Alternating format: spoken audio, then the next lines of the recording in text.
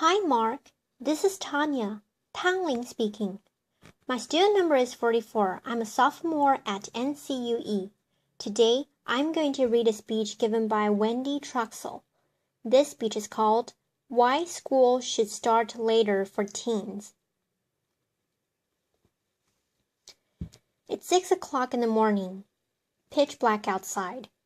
My 14-year-old son is fast asleep in his bed, sleeping the reckless, deep sleep of a teenager. I flip on the light and physically shake the poor boy awake, because I know that, like ripping off a band-aid, it's better to get it over with quickly. Laughter. I have a friend who yells fire just to rouse her sleeping teen, and another who got so fed up that she had to dump cold water on her son's head just to get him out of bed. Sound brutal, but perhaps familiar?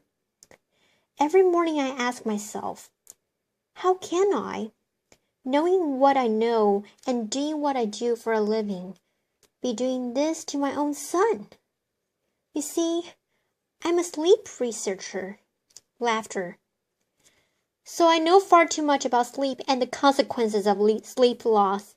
I know that I'm depriving my son of the sleep he desperately needs as a rapidly growing teenager. I also know that by waking him up hours before his natural biological clock tells him he's ready, I'm literally robbing him of his dreams. The type of sleep most associated with learning, memory consolidation, and emotional processing. But it's not just my kid that's being deprived of sleep.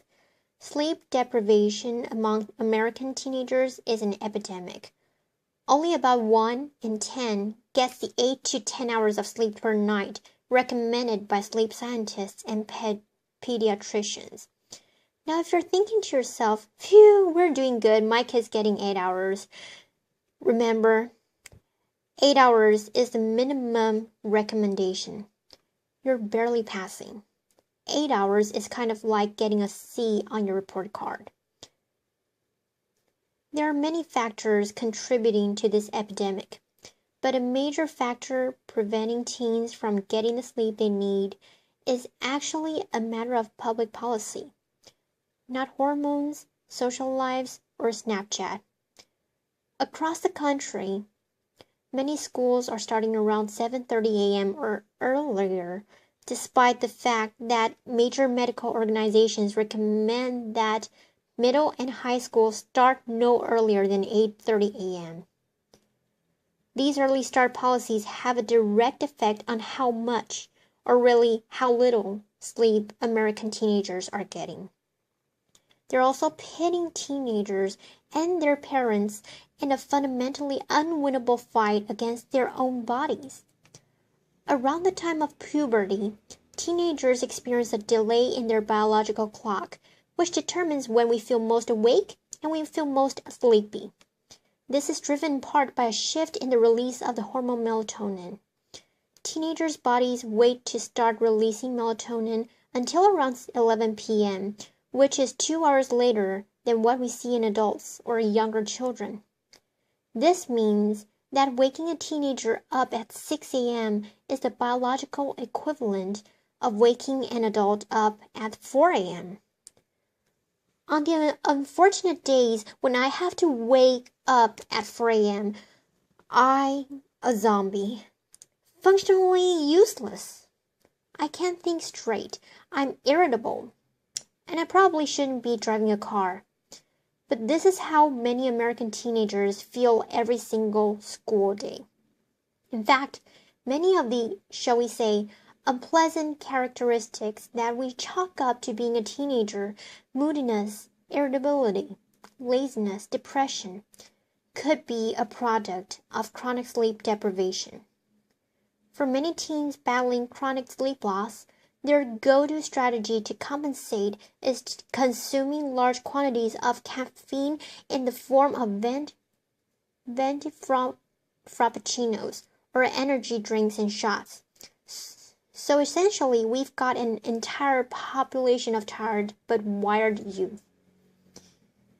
Advocates of sleepy-friendly start times know that adolescence is a period of dramatic brain development, particularly in the parts of the brain that are responsible for those higher order thinking processes, including reasoning, problem solving, and good judgment. In other words, the very type of brain activity that's responsible for reining in those impulsive and often risky behaviors that are so characteristic of adolescence and that are so terrifying to us parents of teenagers. They know that, like the rest of us, when teenagers don't get the sleep they need, their brains, their bodies, and behaviors suffer with both immediate and lasting effects. They can't concentrate, their attention plummets, and many will even show behavioral signs that mimic ADHD. But the consequences of teen sleep loss go well beyond the classroom, sadly contributing to many of the mental health problems that skyrocket during adolescence, including substance use, depression, and suicide. In our work with teens from LA Unified School District, we found that teens with sleep problems were 55% more likely to have used alcohol in the past month. In another study with over 30,000 high school students, they found that for each hour of lost sleep, there was a 38% increase in feeling sad or hopeless, and a 58% increase in teen suicide attempts. And if that's not enough, teens who skip out on sleep are at increased risk for a host of physical health problems that plague our country, including obesity, heart disease, and diabetes. Then there's the risk of putting a sleep-deprived teen with a newly minted driver's license behind the wheel. Studies have shown that getting 5 hours or less of sleep per night is the equivalent of driving with a blood alcohol content above the legal limit. Advocates of sleep-friendly start times and researchers in this area have produced tremendous science showing the tremendous benefits of later start times. The findings are unequivocal, and as a sleep scientist, I rarely get to speak with that kind of certainty. Teens from districts with later start times get more sleep. To the naysayers who may think that if school starts later, teens will just stay up later, the truth is their bedtimes stay the same, but their wake-up times get extended, resulting in more sleep. They're more likely to show up for school. School absences dropped by 25% in one district, and they're less likely to drop out. Not surprisingly, they do better academically. So this has real implications for reducing the achievement gap. Standardized test scores in math and reading go up by 2 to 3 percentage points. That's as powerful as reducing class sizes by 1/3 fewer students, or replacing a so-so teacher in the classroom with a truly understanding one. Their mental and physical health improves, and even their families are happier. I mean, who wouldn't enjoy a little more pleasantness from our teens and a little less crankiness? Even their communities are safer because car crash rates go down, a 70% reduction in one district. Given these tremendous benefits, you might think, well, this is a no-brainer, right? So why have we as a society failed to heed this call? Often the argument against later start times goes something like this. Why should we delay start times for teenagers? We need to toughen them up so they're ready for the real world. But that's like saying to the parent of a 2-year-old, don't let Johnny nap, or he won't be ready for kindergarten. Laughter. Delaying start times also presents many logistical challenges, not just for students and their families, but for communities as a whole. Updating bus routes, increased transportation costs, impact on sports, care before or after school, These are the same concerns that come up in district after district time and again around the country as school start times are debated.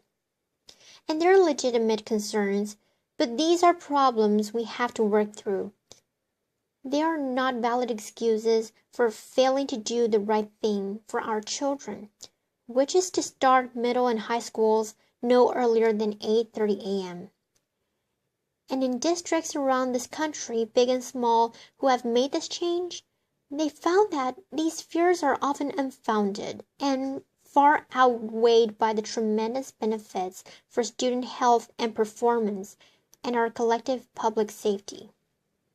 So tomorrow morning, when coincidentally we get to set our clocks back by an hour, and you get that delicious extra hour of sleep, and the day seems a little longer and a little more full of hope.